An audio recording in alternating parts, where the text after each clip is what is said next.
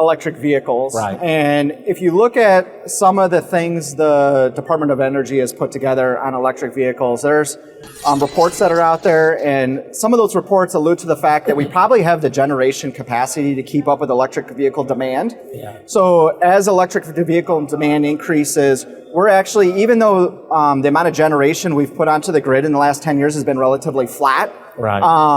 there's still enough capacity on the grid, and there's still enough new generation that's coming on just organically that we will be able to keep up with electric vehicle demand through 2030 or the next 10 years.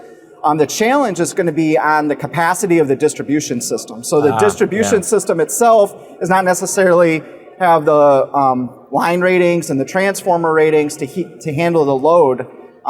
The other part of it that's critical is the voltage. And what's good about the North America utility grid versus other parts of the world is we already have a lot of voltage control on a lot of parts of the distribution system. So switch capacitor banks, line voltage regulators, things like that, LTCs and the substations, those all allow us to manage the voltage impacts, but it's going to be the load and the capacity ratings on the lines and transformers that are going to be a real challenge. So when you think about technology, there's electric vehicle chargers can be either unmanaged or they can be managed. And unmanaged electric vehicle chargers, they simply, as soon as you plug them in, they go full power immediately.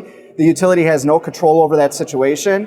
The grid, unfortunately, the problem is most of the electric vehicle residential charging will probably resonate with the normal peaks that are on the system. Right. So if you think about that afternoon peak between 4 and 8 p.m., that's common across almost every region of the U.S., that's when that unmanaged electric vehicle charging will occur. Right. And so that'll be additive to the peak, and that's going to further stress the system. So from a technology standpoint, we need to have managed electric vehicle charging as a way to curtail that behavior. Right. And then we can work within the capacity. So you talked about interoperability. The grid has the capacity to handle these electric vehicle chargers, but we just have to make them smarter, and we can use technology to do that. So that's a feedback loop to look at what is the capacity on the distribution system, which unfortunately a lot of utilities are struggling with. They don't have that visibility and that information, so that's where technology can be a solution. Right. But once they have that information, it's relatively easy to work with these electric vehicle chargers through the communications that are available, and they can do something smarter and better and make sure those electric vehicles are being charged within the capacity constraints of the distribution system.